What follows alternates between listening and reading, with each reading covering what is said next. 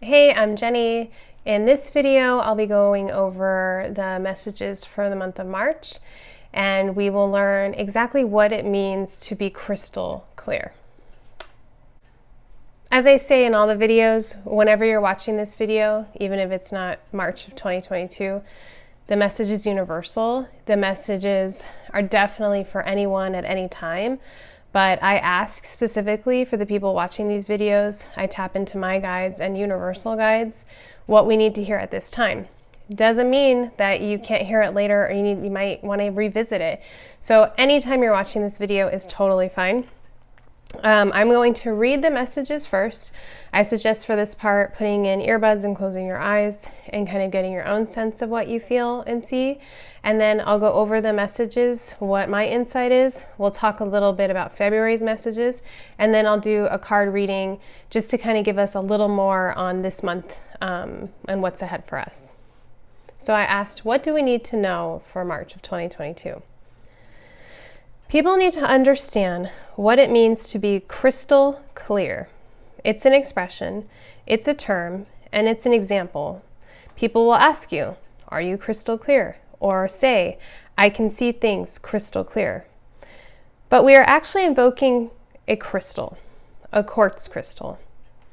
What does it mean to find a clear crystal, to see through a crystal? How would that actually change your vision? To look through a crystal, to merge with its energy, to see through its life. Crystals are ancient. They are from the earth, from the stars. People have them in their homes and on their jewelry, but what does it mean to see through them? It is to know that you are ancient. Your soul is like a crystal, ancient, old, recycling and changing. Crystals go through a rock cycle. Your soul goes through a cycle.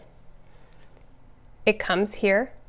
It incarnates. It lives a life. It learns lessons. It has missions. It connects. It travels with the family. And then the life ends. The soul moves on and returns home. Reviews, learns, thinks, wonders, heals, accepts challenges, accepts karma, accepts the repercussions of choices, looks over its lives, looks over what it needs to know, what lessons are left in order for it to return back to the Creator. What lessons are here? Looking down where they are going to incarnate, what life shall they choose? Where shall they incarnate? What part of their family will go with them? What will they learn? What is their mission? What will trigger their deep soul memory? What will bring them back again? What choices will they be faced with? You are old. You are ancient. You are immortal. You are a soul above anything else. Your bodies come and go. Your lives change. The roles the other souls around you play change and shift. Some move on. Some see you only for a moment, but they all play a role.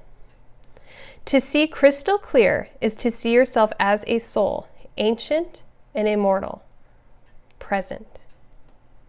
Knowing that everything will pass. Suffering is an illusion. Suffering is of the body. Suffering is of the personality, of the ego. The soul sees above. The soul sees all. The soul sees crystal clear. Invite your soul forward. Ask it to guide you when you make decisions. Ask it to see crystal clear. Ask it to have soul vision. Ask to have soul thinking and logic. Ask to speak with your soul, to hear with your soul, to feel with your soul. Invite it forward. Now is the time. Now is the time to wake up and invite your soul forward.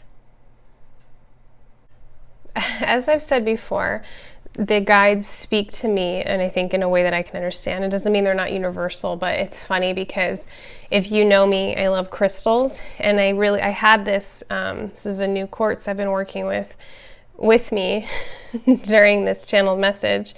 And, you know, it talks about in here how crystals are alive, and that's something I believe if you've taken my crystal class with me, you know that these are our brothers and sisters, right? These are our relatives, and I see them as that way.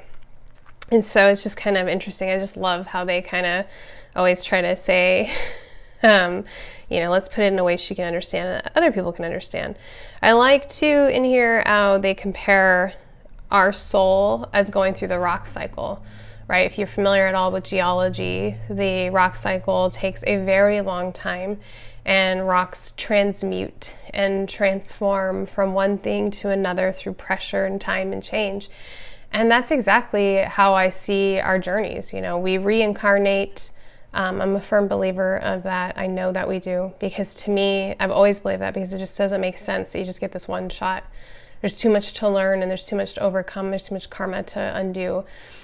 And so, like a rock, in a rock cycle, our soul goes through all of this until, it becomes whatever we feel is the most beautiful, or, the most prized, or whatever is the highest form of a rock, right, in our opinions.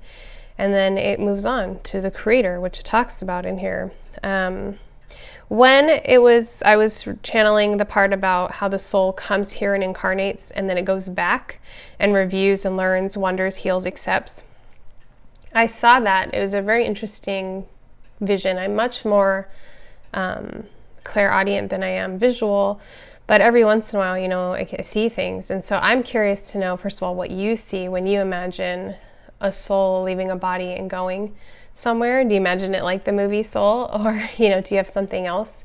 But I definitely saw like this light returning to, I see the Creator God as the way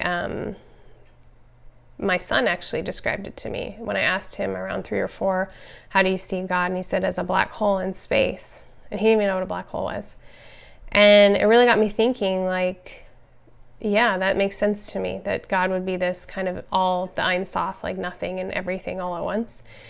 And so since then I have attempted to visit that space. And when I go there, it's like blindingly bright. It's so dark, it's blindingly bright. That's the only way to describe it.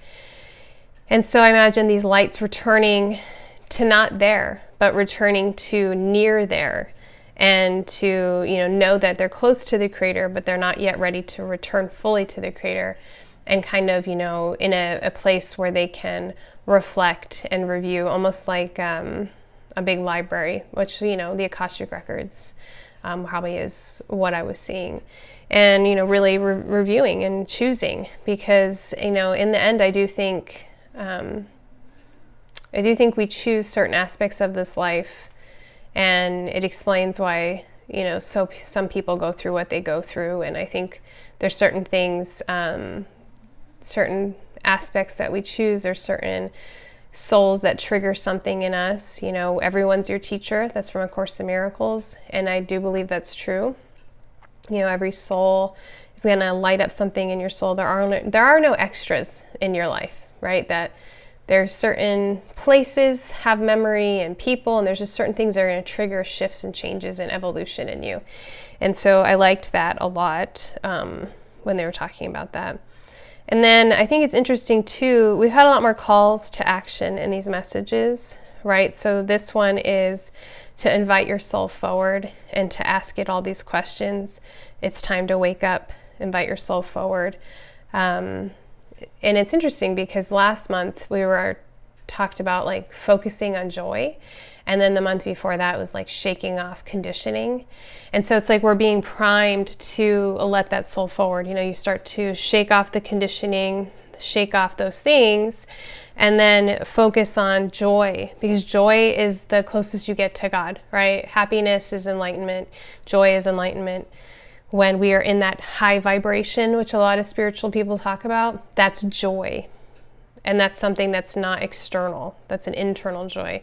I recently read Will Smith's book, Will, about his life, and he talks about it as the smile. And he talks about his Gigi, which was his grandmother, who was a very spiritual person. And he talks about Nelson Mandela, both having this almost like inward smile, where they're just the slightest little smile and just this peace and calm and happiness. And to me, that's someone that's really tapping into that divinity and that divine joy. feeling it from within. It has nothing to do with their external circumstances, because that's happiness. It's different than joy. You know, you get a new car, or you get a new crystal. You have this, oh yeah, so exciting kind of thing. But that internal joy, that's what we're all striving for. And that's where they were asking us to look at and examine last month. And this month, it's more of like, okay, now let's invite the soul forward. What does the soul have to say? And kind of how I've been seeing things lately is we have the shadow self, that's the part of ourselves that we deny. We have the inner child, who is the one that we really need to feed with joy, and also, though, have kind of boundaries with. We have the ego, who's like the overprotective parent. So it's like we have the overprotective parent, the inner child, and then like the part of the inner child that's like bad, that we don't like. And then that's personality. But soul is deep down in there. And that's the part of yourself that when you feel that peace in a meditation, or you feel a sense of calm wash over you, or you're praying and you feel like this elation, or anything that makes you feel spiritual and you're just feeling this balance and this joy, that's soul. And so we're being invited to bring the soul forward because, you know, most people who are not on a spiritual path or have yet to awaken, they're on an automatic path. So they're just personality driven. Much of their life is automatic, you know, this automatic responses based off of traumas and triggers, living deeply in the personality and what Eckhart Tolle calls the pain body, reactionary, awake but asleep. You know, they get from one place to another and how did I get here? I'm like on autopilot. And that's when the soul, I think, is at it's being ignored. Like, it's in there, but it's not being invited forward. And so as part of your spiritual awakening and your spiritual path, it's time to invite that soul forward. And I think this message is so beautiful, and I'm curious to know what you think about it. I'd love to hear your feedback and what you think it means to invite your soul forward. And if you do this exercise for the month, I would love to know in April, like, what has changed for you for inviting your soul forward. So I hope you enjoyed these messages. Stick around and I will do a reading for this month. Okay, so I'm going to use two different decks. Just kind of wanting to know, when I shuffled and connected, I was just asking, you know, what we need to know for the month of March. And so the first card we're getting is Imrama. And so what are you being called to journey to? Well, we're all being called to journey to our soul self, right? And to invite that self forward. And so I think that's something to ask yourself, you know, where is your soul leading you? Boundaries. Where do you need to establish better boundaries? It's so funny because we got that last month too. So I think when you're on a spiritual journey like we are and you're working towards something, we need to constantly reassess our boundaries and how we show up for other people and how we let them show up in our lives. And then we got the Great Gathering. It's all coming together. Intuitive hits Soul Tribe. So I kind of think sometimes that the people that watch this video are part of my soul tribe. Like, there's a reason why what I say resonates with you. So consider that. Consider maybe we are soul family. I'm going to do one more. Transformation. Things are changing at a cellular level, deep healing. And so, yeah, definitely, as we continue on this path and we invite that soul in, that's that deep soul healing. And so we have the transformation, the Great Gathering, boundaries, and Imrama. And then I'm going to use the Crow Tarot. And we have Ace of Swords, right? So when we look at this, we have this clear view of where we want to go, right? A lot of times the swords are our intellect and our guiding force in life. And so we have a rose and we have the crow flying super straight. I picked this deck because they've been coming to me every day, crows and ravens in different forms. And so, you know, there's death here. We are on this path and it's time to go on this path and go clear. And that's the way we do that, is by letting our soul take us, because the crow, in some beliefs, carries the soul to the underworld. And so here we are being invited to let that soul, that crow, guide us. And so I hope this resonates with you. I hope this month is a beautiful month for you, that you can invite your soul forward. If you enjoyed this, please like and subscribe, and please share it with a friend.